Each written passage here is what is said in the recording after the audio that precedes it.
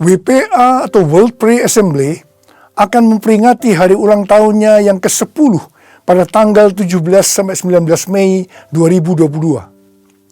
Saya percaya hari ulang tahun yang ke-10 dari WPA ini akan menggenapi ayat emas yang diucapkan saat WPA pertama di SICC Indonesia, yang pada waktu itu temanya adalah The New Wave is Coming, yaitu dari Habakuk 2 ayat 14 yang berkata, sebab bumi akan penuh dengan pengetahuan tentang kemuliaan Tuhan, seperti air yang menutupi dasar laut.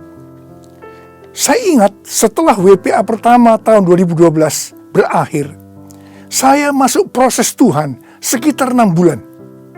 Saya baru tahu bahwa ini merupakan persiapan untuk mendeklarasikan Pentakosta ketiga dalam konferensi Empower 21 di SICC tahun 2013. Jadi sebenarnya Habakuk 2 ayat 14 yang berkata, sebab bumi akan penuh dengan pengetahuan tentang kemuliaan Tuhan, seperti air yang menutupi dasar laut.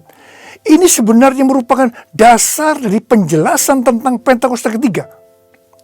Pentakosta ketiga adalah pencurahan Roh Kudus yang dahsyat di zaman ini, melebihi yang terjadi di Azusa Street.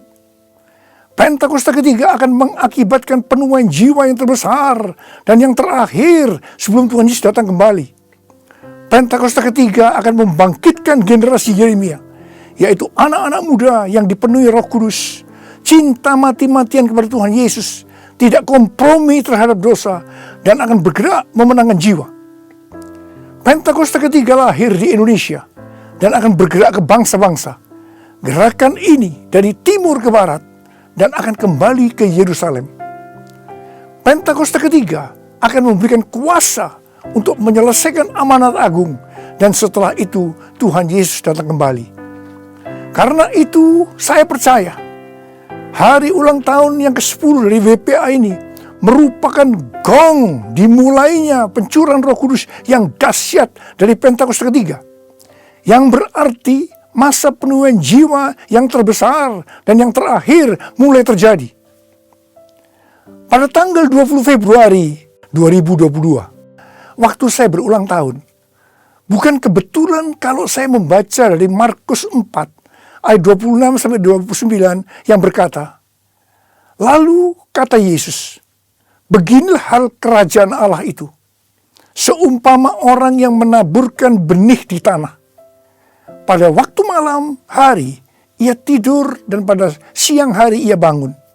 Dan benih itu mengeluarkan tunas, dan tunas itu makin tinggi. Bagaimana terjadinya? Tidak diketahui orang itu.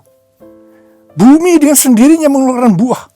Mula-mula tangkainya, lalu bulirnya, kemudian butir-butir yang penuh isinya dalam bulir itu.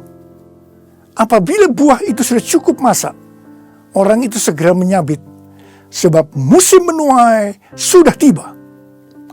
Melalui ayat-ayat ini, Tuhan Yesus berkata kepada kita, sebab musim menuai sudah tiba. Musim menuai sudah tiba. Mari kita menyambut musim penuaian jiwa ini dengan terus menubuatkan atau memperkatakan, sebab musim menuai sudah tiba. Musim menuai sudah tiba.